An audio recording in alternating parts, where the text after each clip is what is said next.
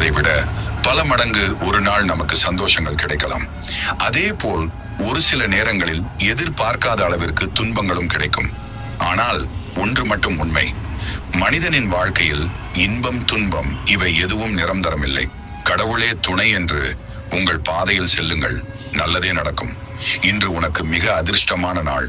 நீ நினைத்த ஒன்று இன்று கண்டிப்பாக நடக்கும். உன் அப்பன் ஈசன் நான் நடத்தி வைப்பேன்.